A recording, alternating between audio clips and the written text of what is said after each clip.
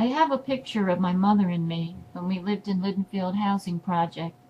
My stockings are torn, my knees are skinned, and I look kind of dirty. I remember my mother's teeth were black and falling out because she couldn't afford dental care.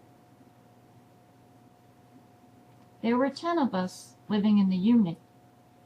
The 3 boys slept in one room, and my 4 sisters slept in another. I slept in a crib and then a cot in my parents' bedroom downstairs.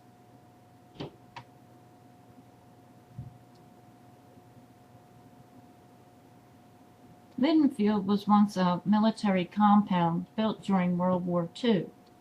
In the 1950s, it was converted into public housing. Back then, most housing projects were racially segregated. Lydenfield was inhabited by poor whites. We lived on McGargy Street. There was a fence that ran the length of the block, separating us literally and figuratively from the surrounding community.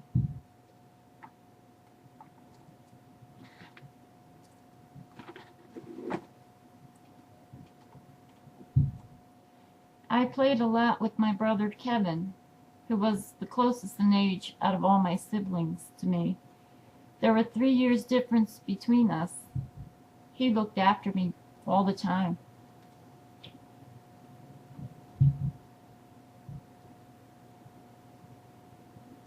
After my mother found work and my father received a raise in pay, the Philadelphia Housing Authority sent us an eviction notice. The raise in household income made us ineligible for public housing. I was 8 years old when we left Lydenfield. We moved into a house nearby. The first day, I played with a little girl from the neighborhood who asked me where I was from. The day after, she said she wasn't allowed to play with me anymore. When I asked her why, she replied, "You're from Lydenfield. That's where the poor people live." It was the same with almost all of the children from the block. They weren't allowed to associate with us because we were from the projects. One of the few times I had new clothes was my confirmation day. The confirmation dress was white, and I wore a veil like a bride. One day, Goodwill dropped used clothing on our doorstep. That's when everyone started making fun of us. I remember being chased by groups of neighborhood children who teased me because my shoes had holes in them. I didn't want to go outside. It was very isolating, very lonely.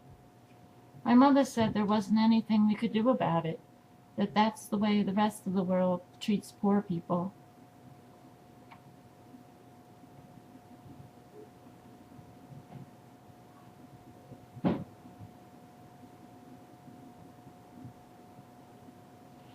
There is a stigma attached to public housing that stays with you long after you leave the projects.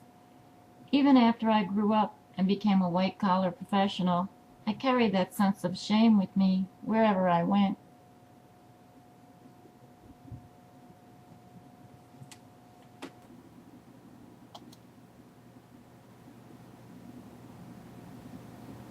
The only way to heal from that hurtful childhood experience was to examine it from the perspective of who I am today. So I set about trying to unravel the mystery of why we were so unwelcome.